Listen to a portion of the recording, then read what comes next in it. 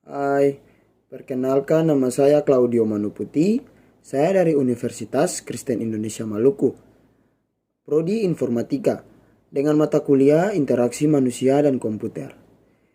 Di sini saya akan membahas tentang merancang prototipe aplikasi proyek akhir. Yang pertama, prototipe aplikasi. Prototipe aplikasi adalah proses membangun situs web atau sampel aplikasi seluler yang menunjukkan struktur utama, alur pengguna, interaksi antar muka pengguna, atau detail lainnya, sehingga Anda dapat memvalidasi draft desain produk sebenarnya dan mengulanginya ke versi terbaik. Yang berikut ada tujuan penggunaan prototipe.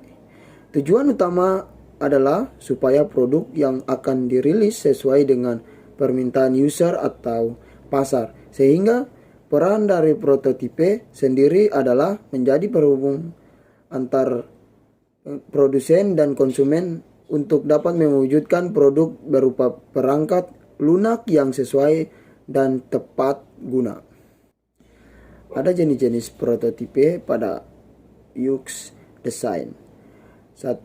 Sketch atau sketsa merupakan gambar yang dapat dibuat dengan menggunakan pensil atau bantuan alat tulis lain dalam sebuah kertas tanpa membutuhkan biaya yang mahal. Mayoritas sketch digunakan untuk tahap pembuatan desain awal untuk perancangan suatu produk.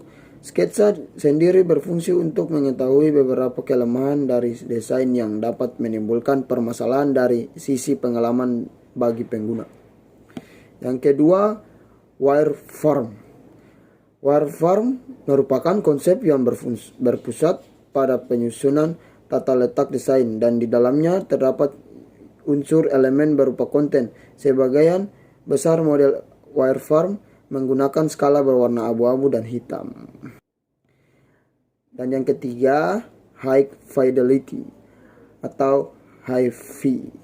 Untuk contoh yang terakhir merupakan desain yang dengan tampilan visual yang lebih kompleks dan dapat mempresentasikan produk dari sisi UI dengan memadukan pengalaman pengguna yang lebih nyaman dan baik. Yang terakhir atau yang keempat, HTML prototype.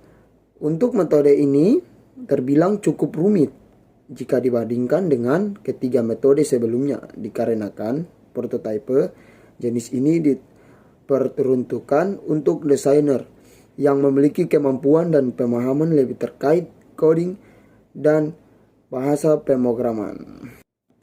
Ada manfaat dari adanya prototype. Yang pertama, mampu mengetahui kebutuhan pengguna lebih awal. Manfaat yang pertama, dengan menerapkan prototype maka tim pengembang dan desainer mampu mengetahui apa saja prioritas kebutuhan dari user agar menciptakan produk yang lebih sesuai, sehingga proses pengembangan lebih cepat dan dapat menyesuaikan deadline yang diberikan oleh klien. Dan yang kedua, dapat menghemat biaya pengembangan produk. Keuntungan yang kedua, mampu menghemat dan mengurangi biaya pengembangan seminimal mungkin, sehingga alokasi pendanaan dapat digunakan untuk kebutuhan yang lain. Yang ketiga, mendapatkan gambaran secara lebih konkret. Manfaat yang terakhir, dengan adanya prototype maka dapat memberikan gambaran yang lebih nyata dan konkret dengan membuat tampilan sketsa baik secara low atau high fidelity.